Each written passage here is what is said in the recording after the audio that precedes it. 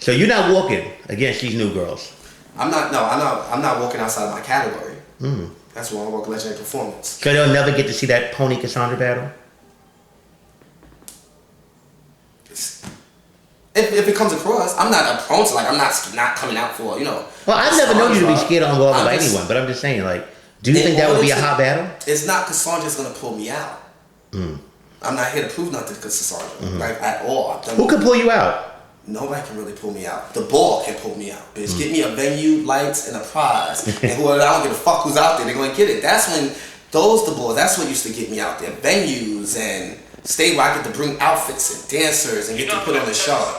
So, but, girls pulling me out, I have nothing to prove to anybody. Who that, Pony?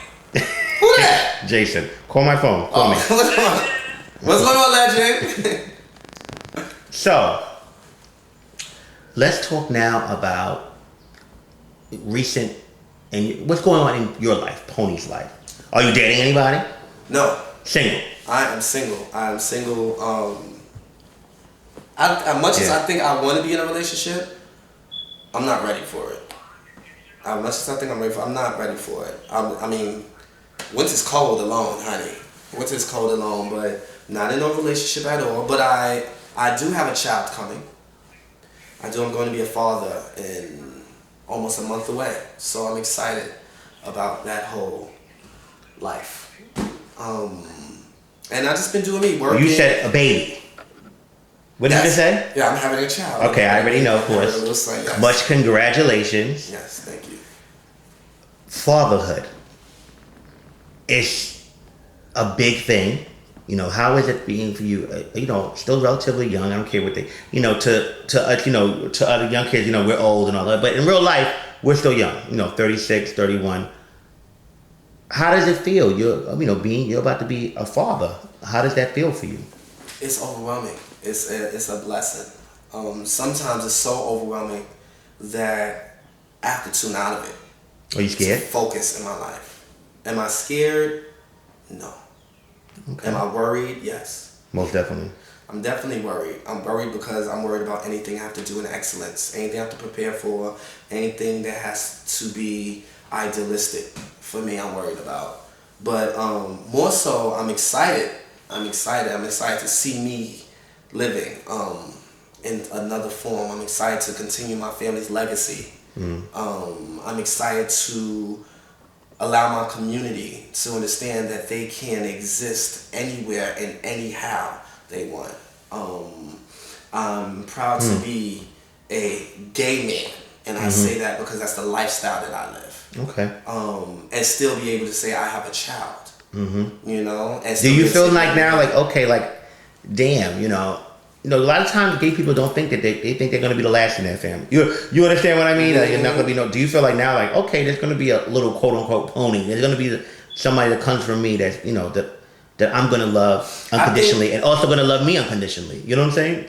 It's hard for me. Well, I'm gonna keep it an honest statement.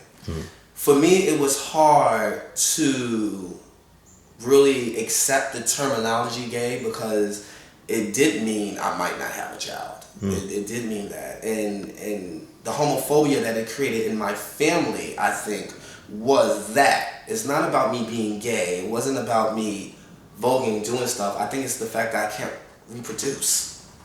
You know? And now that I'm having a child, my family don't even care about some of the things that I do. And you bringing a baby. You bringing a baby home. Right. It's not, and it's sometimes they, you know, something's crazy. Sometimes a lot of these people, they just want a grandchild. You know what I'm saying? They want a grandchild. You know, they want their I mean, that's why we're on Earth, to continue life and humanity. And for me to object, you know, and that's what they see. You're just gonna object to something that's been going on in this world and sit there and say, I don't want to do it. And we created this life for you, and for you to sit there and say our family's going to stop because you want to date men. That's where a lot of the phobia exists. Will your child know you're gay from a young age, or is it something that you will wait for them to totally understand? Honestly, it's 2014. By the time that boy gets to any age where gay, he's already know what it is. Okay. The world's going to be fully accepting. I mean, gay is about to shift real quick, y'all. You know, and shifting already. It's shifting already, honey. Gay is nothing nowadays. By the time he grows, what I am happy is that he has a whole world that's going to love him. It's funny you said that. I think that I think it's harder for trans right now. You know what I'm saying? They're still learning trans and understanding. It's a lot where gay is more accepting. Like they'll take a gay over trans more now. Do you understand what I'm saying? So they're still learning trans, and the trans is going through so much. That's what I really feel. Yes, trans has always been the harder gay sexuality identity to swallow. Don't want to say gay, but they get associated with gay. Yeah, they don't want to say. Well, I mean, they don't want to say gay, but they get associated. Yeah, I mean, I'm not trying to be right or wrong, but for a black and white mind frame, like sometimes, you're gay. Yeah, like they're not in the scene like us. Like heterosexual, they don't know all these breakdowns and different terminologies and left, right. Doesn't mean they shouldn't, because it does matter, but they don't know. It's black and white at the end of the day, and that's the place that they're judging from. Gotcha. Ignorance is that level. You either like the opposite sex or you're gay. And whatever layer of gay you are, that's gay. You know what I'm saying? But it's up to us to educate them. And I think that's the world. The world's not educated on trans. Not at all. Not at all. And scared to create opportunities to educate the world. So you're talking about New Come in Life, which is beautiful. I'm so happy for you. We'll definitely be at that baby shower. Yes. Raising hell. Recently, to touch on it, you lost your mother. Yes. I've lost my mother. I know the feeling. It's a process. Not going into too much detail because it's not everyone's business. What happened per se, and how are you dealing with it? Because whoever knows Tracy and knows Patricia, she was she loved you, she accepted you, she was a nut, she was funny. For a lot of people that didn't actually meet her, a lot of people that actually didn't know, I've known her, because of our relationship, but a lot of people met her at the cake shop in Harlem. Yes. Anyway, right or wrong. Yes. A lot of people, your mother that make my cake in Harlem. Your mother was a queen magnet, meaning that she knew if you were. So your mother may be somebody like, my son Tony. Gizzy, right or wrong. Yes. And a lot of people, met your mother, be like, oh, I know Pony mother from the cake shop. A lot of people stopped me in the club. Before they met me, they said, I'm cool with your mother. My mother actually on the low tried to hook me up with somebody, I think, sometime. But, I just recently me and my brother lost my mother. Me and my brother. It was a lot. My mom was young. My mom was 54. And a young spirit. And younger spirit. Right. Younger spirit. Because 50s is not old these days. Let's keep it real. 50's not old. 50's not old. You got 50s looking better than some people than 30 years old these days, So. But my mother made it far. See, it's not only about how long your life is, but what you do in the amount of time. And my mother lived a long life. 54 years for my mother. She experienced a lot. She was a strong lady. And must say, she hardship and great things in her life too. Yes, my mother was a dancer. My mother was a dancer, and she was on drugs most of my childhood, and she got clean for me and my brother in my early teens. And never turned back. And has been openly loving, connected. Actually, recently this summer, I finally had the courage to invite her to a ball. Jamel been trying to get her to come out to a ball and stuff and get her more involved in my gay life. Now that my mother's not physically with me and I'm having a child, I'm noticing more so that it wasn't about me not being comfortable with her accepting my gayness. It's more that I just never really thought that I was gay. I thought that I liked men. That's the difference. I thought that I liked men. I always loved men, but I never. I had a boyfriend in 6th grade. I graduated with him. And that was before I knew what gay was. I knew I loved him. I loved individuals. So I always had this kind of. That's why I always knew I was going to have a child. I always knew I was going to have a child. But there was always. I didn't want to introduce her to something that I didn't believe in 100%. What I do believe is my community.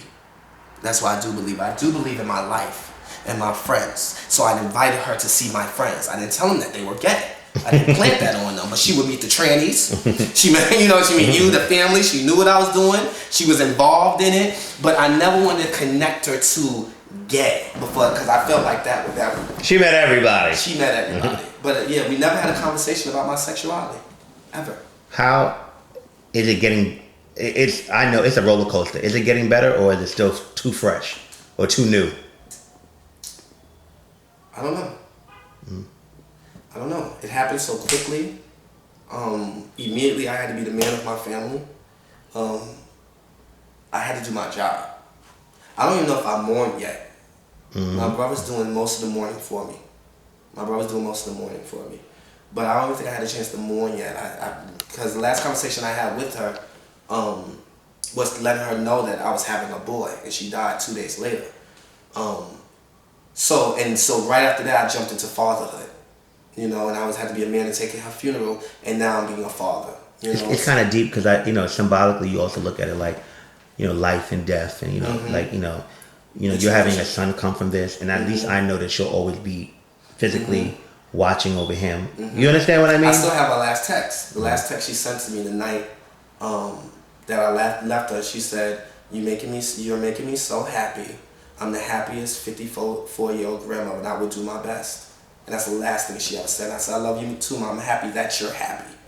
And I haven't spoke to her after that. So yeah, I do feel like it's God's spiritual son. I do feel like I feel like she felt comfortable. Her spirit probably is comfortable. Maybe not the body, but I mean, there's no anger with her leaving. I'm not mad. A lot of people are mad when people pass. I appreciate my mother. I'm grateful for my mother, and I'm going to teach my son, King Maverick, everything there is for him to know that she taught me.